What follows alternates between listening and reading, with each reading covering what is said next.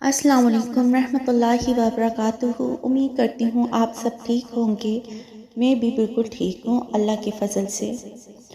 آج جو میں آپ کے لیے ویڈیو بنا رہی ہوں وہ ہے بزرگان دین کے متعلق، بابا میاں چنو کے متعلق۔ بہت سے لوگ جستجو کرتے ہیں کہ آپ کون تھے، آپ کا کیا معجزہ تھا، آپ کی کیا کرامات تھیں۔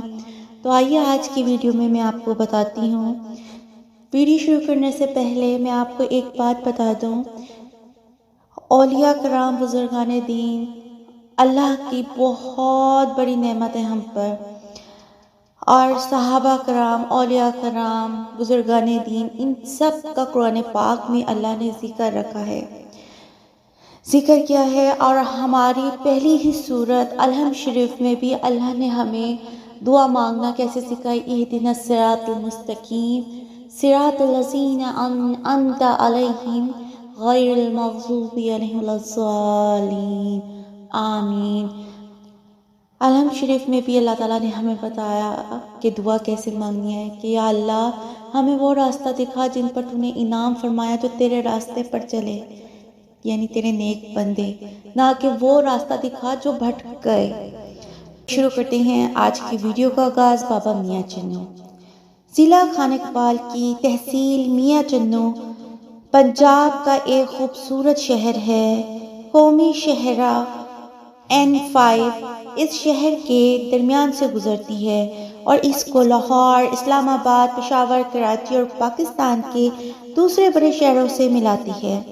اس شہر کو صوفی بزرگ حضرت میاں چنو، بابا میاں چنو کی وجہ سے یہ نام ملا۔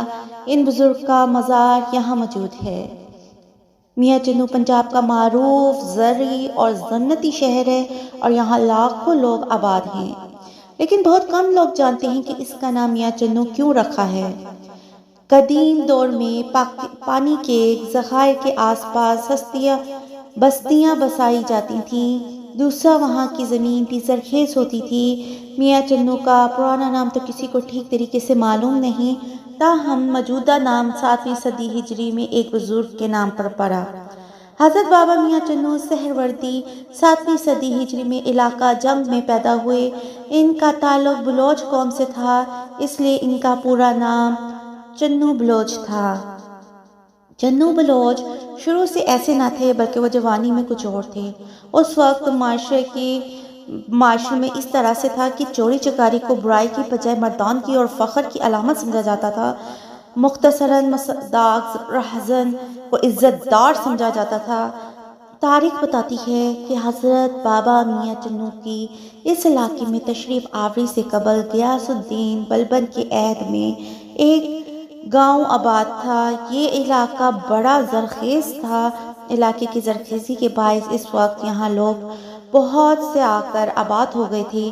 ان کے پاس بہت سے مویشی تھے، چنانچہ میاں چنو اپنے خاندان کے ساتھ یہاں آ کر آباد ہو گئے۔ مگر کچھ عرصے بعد چنو بلوچ کی کایا پلٹ گئی۔ حضرت غوث بہاؤالدین سکریہ رحمۃ اللہ کے ہاتھ پر بیعت کر لی۔ مرشد نے چنو بلوچ کو میاں چنو سہروردی کا نام دیا اور اسلامی تعلیمات سے آگاہ کر کے تبلیغ دین کا سپرد کر دیا۔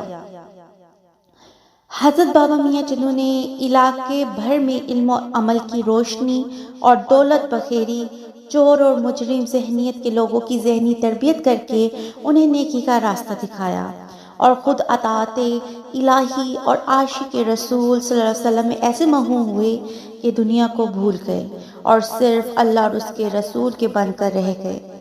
حضرت بابا میاں چنو کا وصال 645 ہجری ہم مطابق 25/12/24 عیسوی کو ہوا۔ ان کا مزار پر انوار میاں چنو شہر میں مرجمہ خلائق ہے۔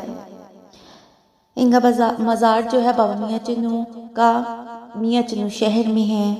یہاں ایک بات بہت مشہور ہے، جب بڑے صغیر پاک و ہند میں ریلوے لائن بچھائی گئی تو یہاں میاں چنو میں بھی 1901 میں ریلوے اسٹیشن بنایا گیا۔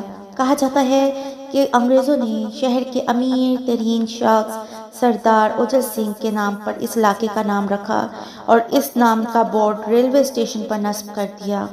اگلی صبح لوگوں نے دیکھا کہ اس بورڈ پر اجل سنگھ کی بجائے خوبصورت انداز میں میاں چنو تحریر تھا۔ ڈیوٹی پر موجود انگریز ملازمین نے اس کو صاف کر کے پھر اجل سنگھ تحریر کر دیا اور رات بھر چوکیداری کی کہ کوئی شخص آج پھر یہ نام تبدیل نہ کر جائے۔ ساری رات چوکیداری کے باوجود اگلی صبح بورڈ پر پھر میاں چنو لکھا ہوا تھا۔ آخر کار بورڈ پر یہی نام رہنے دیا گیا۔ ان کی ایک کرامات یہ بھی ہے کہ جس کو کبھی بھی کوئی پھنسی پھوڑے نکل آئے تو ان کے دربار پہ جائے، حاضری دیں اور وہاں نمک اور جھاڑو رکھ کے آئیں تو اس سے منت مانگ لیں پہلے کہ میں آؤں گا آپ کے دربار پر اور جھاڑو ماروں گا اور نمک رکھ کے جاؤں گا، تو آپ کے وہ کہتے ہیں کہ پھنسی پھوڑے سب کچھ دھل جاتے ہیں، ختم ہو جاتے ہیں۔ یہ آپ کی کرامات ہیں۔ ہم سب کو ہی رسول اللہ صلی اللہ علیہ وسلم کے نقش قدم، صحابہ کرام رضی اللہ عنہ کے نقش قدم، تمام اولیاء کرام، تمام شہداء کرام، تمام بزرگان دین کے نقش قدم پر چلنے کی توفیق عطا فرمائے۔ اگر میری ویڈیو میں کوئی بھی بات آپ کو غلط لگے یا آپ کو لگے کہ میرے الفاظ کا چناؤ ٹھیک نہیں تھا تو اس کے لیے میں معافی چاہتی ہوں۔ میں چاہتی ہوں کہ میں آپ کو عظیم بزرگان دین کی ہستیوں کی ہسٹری بتاؤں اور جو آپ تک یہ انفارمیشن پہنچاؤں کہ جو بزرگان دین ہیں، صحابہ کرام ہیں، ٹھیک ہے، ہمارے دین میں کیا ہے، تو میں یہ سب کچھ آپ تک پہنچانا چاہتی ہوں۔ اگر میرا چینل آپ کو پسند آیا ہے اور میری ویڈیو کو آپ پسند کر رہے ہیں تو لائک کریں، سبسکرائب کریں اور بیل آئیکن کو کلک کریں اور زیادہ سے زیادہ اس انفارمیشن کو آگے پہنچائیں۔ ملتے ہیں اگلی ویڈیو کے ساتھ، تب تک کے لیے اللہ حافظ، اپنا بہت بہت خیال رکھیے گا۔